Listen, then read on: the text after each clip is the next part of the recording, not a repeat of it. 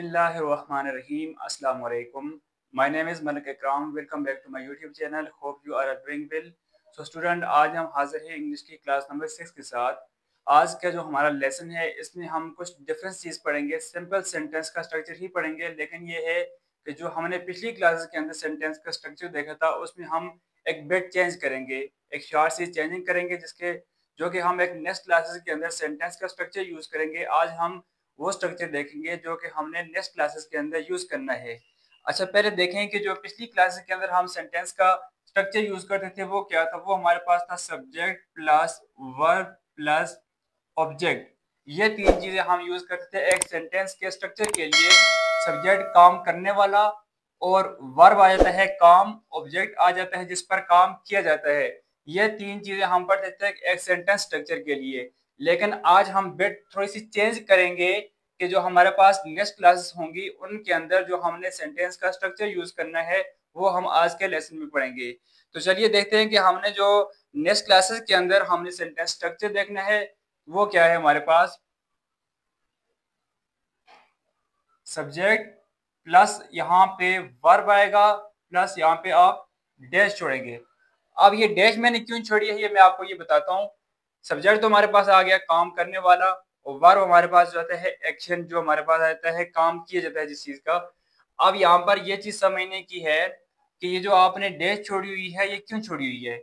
अब देखें, ये बात जरूरी नहीं है कि हर सेंटेंस के अंदर हमारे पास ऑब्जेक्ट आए। कोई सेंटेंस जो शॉर्ट फॉर्म में होते हैं वो हमारे पास सब्जेक्ट और वर्ब के ऊपर मुश्तमिल होते हैं, उनमें जरूरी नहीं है कि ऑब्जेक्ट है। फॉर एग्जांपल जैसे मैं कहता हूँ ही रन्स, ही रन्स। अब ही यहाँ पे हमारे पास सब्जेक्ट आ गया और वर्ब हमारे पास यहाँ पे रन्स आ गया। अब यहाँ पे हमने ऑब्जेक्ट इसमें नहीं लगाया, ऑब्जेक्ट नहीं लगाया, लेकिन सेंटेंस फिर भी हमारे पास कंप्लीट हो गया। ये जरूरी नहीं है कि जहां पर हमारे पास ऑब्जेक्ट ना हो तो वहां पे सेंटेंस कंप्लीट नहीं होगा। अच्छा, अब यहाँ पर देखें कि हमारे पास ये जो चीज आती है वर्ब। वर्ब हमारे पास फोर्थ फॉर्म ऑफ वर्ब होती है। एक हमारे पास आती है फर्स्ट फॉर्म, एक आती है सेकंड फॉर्म, एक आती है थर्ड फॉर्म, एक हमारे पास आती है फोर्थ फॉर्म। फोर्थ फॉर्म जो हमारे पास है उसको हम कहते हैं आईएनजी का।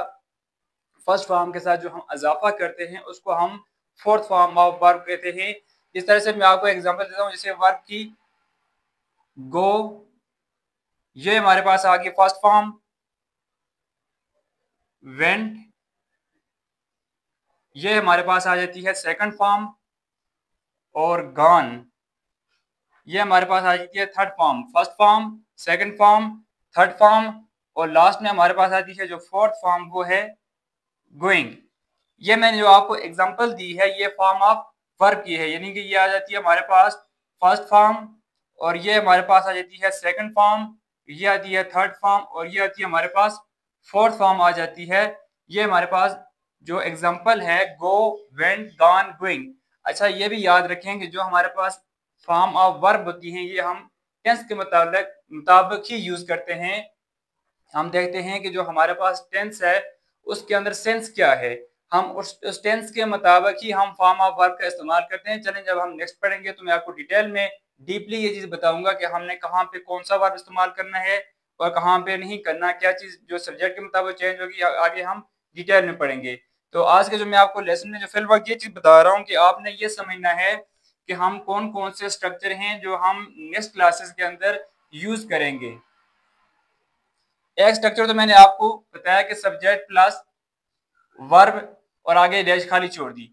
अब देखेंगे हमारे पास जो स्ट्रक्चर यूज होंगे वो क्या है। सबसे पहला स्ट्रक्चर जो हमारे पास एक सिंपल सेंटेंस को बनाने का होता है वो हमारे पास आता है सब्जेक्ट प्लस वर्ब। एक हमारे पास ये स्ट्रक्चर है, साथ में आपको एग्जांपल भी समझाऊंगा। पहले से आप देख लें कि हमारे पास जो फॉर्मूले हैं सेंटेंस को बनाने के वो क्या हैं। सेकंड हमारे पास आता है subject plus verb plus object. एक हमारे पास ये आ गया जो हम इससे पहले पढ़ते रहे। और एक सिंपल सेंटेंस को बनाने का हमारे पास स्ट्रक्चर होता है subject plus verb plus adjective. और एक हमारे पास सेंटेंस का स्ट्रक्चर होता है subject plus verb plus adverb. और एक हमारे पास लास्ट जो स्ट्रक्चर आता है वो है सब्जेक्ट प्लस वर्ब प्लस हमारे पास यहाँ पे आएगा नाउन आएगा। ये हमारे पास सेंटेंस के स्ट्रक्चर हैं जो कि हम नेक्स्ट क्लासेस के अंदर यूज करेंगे। सब्जेक्ट प्लस वर्ब, ये जिस तरह से मैंने आपको example the, subject plus verb, he runs, यहाँ पे ऑब्जेक्ट नहीं है, यहाँ पे जरूरत भी नहीं है कि आप यहाँ पे ऑब्जेक्ट लगाएं तो सेंटेंस कंप्लीट होगा, ये हर जगह पे जरूरी नहीं है। सेकंड हमने स्ट्रक्चर देखा subject plus verb plus object, काम करने वाला, काम और जिसपे काम किया जाता है, जो कि इससे पहले हमने जो 5 क्लासेस पढ़ी उसके अंदर हमने ये स्ट्रक्चर यूज किया। लेकिन जो नेक्स्ट क्लास के अंदर हम स्ट्रक्चर यूज करेंगे वो ये भी हो सकते हैं subject plus verb plus adjective. अब एडजेक्टिव क्या होता है? जो कि हमें क्वालिटीज बताता है सब्जेक्ट के बारे में, सब्जेक्ट के बारे में हमें जो एक्स्ट्रा इंफॉर्मेशन प्रोवाइड करता है उसको कहते हैं एडजेक्टिव। फिर आएगा subject plus verb plus adverb. अब एडवर्ब क्या होता है? जो कि वर्ब की क्वालिटीज बयान करता है, वर्ब को जो एक्स्ट्रा जो है इंफॉर्मेशन जो हम प्रोवाइड करते हैं वर्ब के मुतालिक, वो हमारे पास एडवर्ब होता है। इस तरह से आएगा subject plus verb plus noun. अब यहाँ पे ये जो है वर्ड है नाउन, ये होता है as a name of person place और थिंग, किसी भी शख्स जगह या चीज के नाम को हम नाउन कहते हैं। ये हमारे पास सेंटेंस के स्ट्रक्चर हैं जो कि नेक्स्ट क्लासेस के अंदर यूज होंगे। अब मैं आपको कुछ एग्जांपल देके समझाता हूँ, उससे आपको बेहतर समझ आएगी और क्लियर हो जाएगा किस तरह से हम जो आगे क्लासेस के अंदर हम सेंटेंस का स्ट्रक्चर यूज करेंगे वो कैसी एग्जांपल होंगी और किस तरह से हम यूज करेंगे। आपने साथ साथ नोट भी करना है। जैसे पहले मैंने बनाया सब्जेक्ट प्लस वर्ब, उसके लिए देखें ही रन्स, ये हमारे पास आता है पहले स्ट्रक्चर की एग्जांपल आती है। जैसे मैंने आपको लिखवाया था सब्जेक्ट प्लस वर्ब, ये आ गया सब्जेक्ट काम करने वाला, और रन हमारे पास आ गया वर्ब जो कि एक एक्शन है। एक और देखें अभी एग्जांपल, सेकंड जो मैंने सेंटेंस बनाया था उसकी एग्जांपल देखें, he reads book, he reads books, कि वो किताबें पढ़ता है।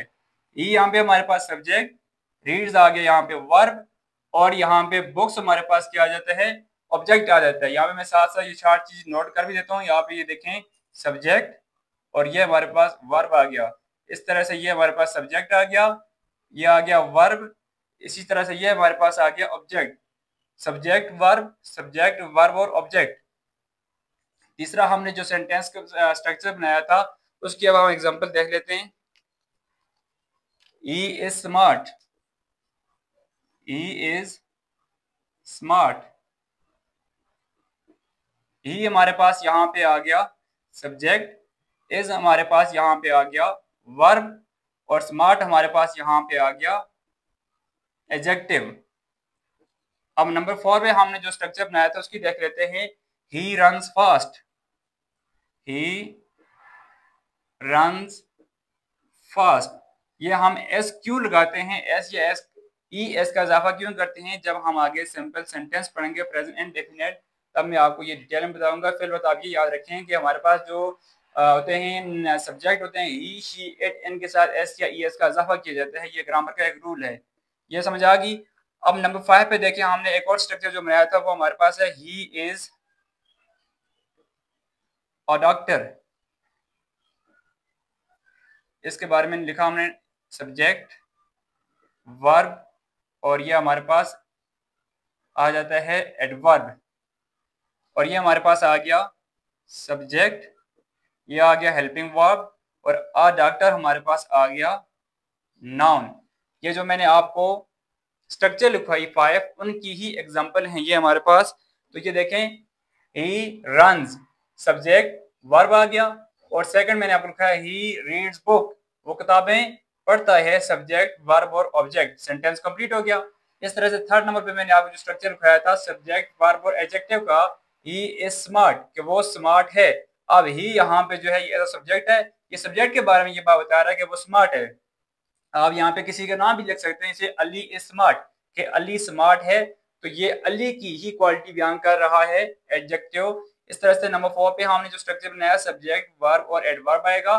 तो ये हमारे पास सब्जेक्ट आ गया, रन्स हमारे पास वर्ब आ गया, और फास्ट हमारे पास एडवर्ब आ गया जो कि वर्ब की क्वालिटी बयान कर रहा है। इस तरह से नंबर 5 पे हमने जो स्ट्रक्चर बनाया कि सब्जेक्ट वर्ब और नाउन होंगे, तो हमारे पास एग्जाम्पल क्या है, ही इज अ डॉक्टर। तो यहाँ पे देखें ही हमारे पास सब्जेक्ट, इज आ गया हेल्पिंग वर्ब जो कि मेन वर्ब की हेल्प करने वाला होता है, और अ डॉक्टर हमारे पास आ गया noun, a name of the name, यानी कि किसी प्रोफेशन का यहाँ पे एक नाम है कि वो एक डॉक्टर है। यहाँ पे आप ये भी लिख सकते हैं कि उमर इज अ डॉक्टर, कि उमर एक डॉक्टर है। अब ये जो एग्जांपल हमने दी ये हमने इसी स्ट्रक्चर के मुताबिक दी जो मैंने आपको 5 स्ट्रक्चर लिखवाए। मींस के जो हम नेक्स्ट क्लासेस के अंदर स्ट्रक्चर यूज करेंगे किसी भी सेंटेंस को बनाने के लिए, सिंपल सेंटेंस को, यानी वो पॉजिटिव भी हो सकता है, नेगेटिव की जो हम वो इंक्रीज करते हैं नॉट का या फिर नो का इंक्रीज करते हैं, वो एक नेगेटिव की हमारे पास पहचान है। इस तरह से इंट्रोगेटिव सेंटेंस जो हम बनाएंगे उनमें हम इन जो स्ट्रक्चर हमने बनाया था ये 5 स्ट्रक्चर, इन 5 स्ट्रक्चर के मुताबिक हम आगे वो सेंटेंस बनाएंगे। तो इन ही स्ट्रक्चर को हम फॉलो करेंगे।